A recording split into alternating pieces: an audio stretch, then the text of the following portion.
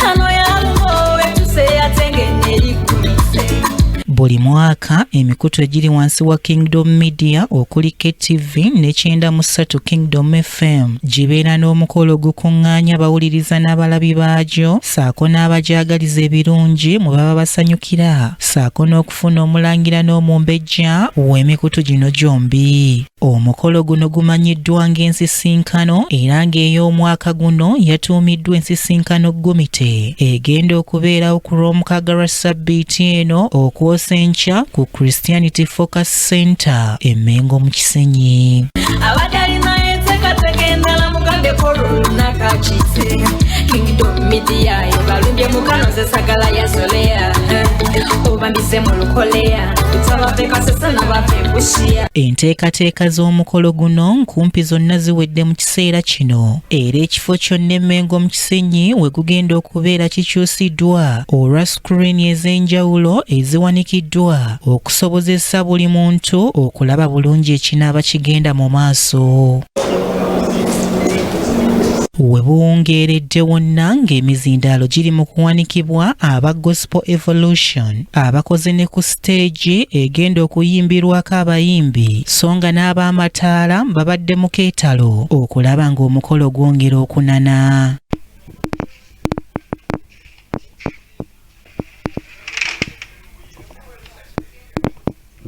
Akuliddemu enteekateeka z'ensisinkano Gumite Ssente za Kajubi alina by'atubuulidde. Kugamba nti gwe nawe tandika kubanga weebuga weeteekereteekere lunaku olwo olw'omukaaga kubanga abantu buli omu natuuse dda ku bayimbi buli omu naye ali mu kugezaamu ali mu kubagerezaamu buli kintu kyonna kyonna oba tomanyi mu Kisenyi ku Christianity Focus Center ekitegeeza nti ogenda kubanga ovudde mu bitundu paaka ez'enjawulo bw'abatuukidde mu Kisenyi ojja kubanga wootuuse era osobola okubabuuza abantu ti ŋŋenda wa Bishop Kiganda oba ŋŋenda wa Pastor Kiganda kakati gw'onoobuuza yenna agenda nakusongerako ate bwe kibanga ogenda kulinnyamu boda njagala kugamba nti tewali na nnusu zisukka 10 zikutuusa wano oli bagamba nti 13 10 mmekaawo yaba akulimba gw'oba oli wonna wonna emmotoka weekutuusa wano ssente zitambulira mu nnusu 10. Ono ategeezezza nti ensisinkano y'omulundi guno yakwawukanira ddala ku ezo ezizze zibeerawo nga Kingdom ejaguza obuweereza bw'emyaka 17 bukyetandika kuweereza. Nakola omukaaga ffenna tugenda kubeera mu kifo kino nga tuli mu nsisinkano Gumite ya 2026. Njagala kugamba nga bwe tuzze tukyogera nti egenda kuba yanjawulo kituufu ddala yanjawulo bw'obanga omanyi bulijjo Christianity Focus Center njagala kugamba nti ate kaakati yanjawulo olw'ebintu ebiteekeddwamu tuli mu kuwawula buli kimu kyonna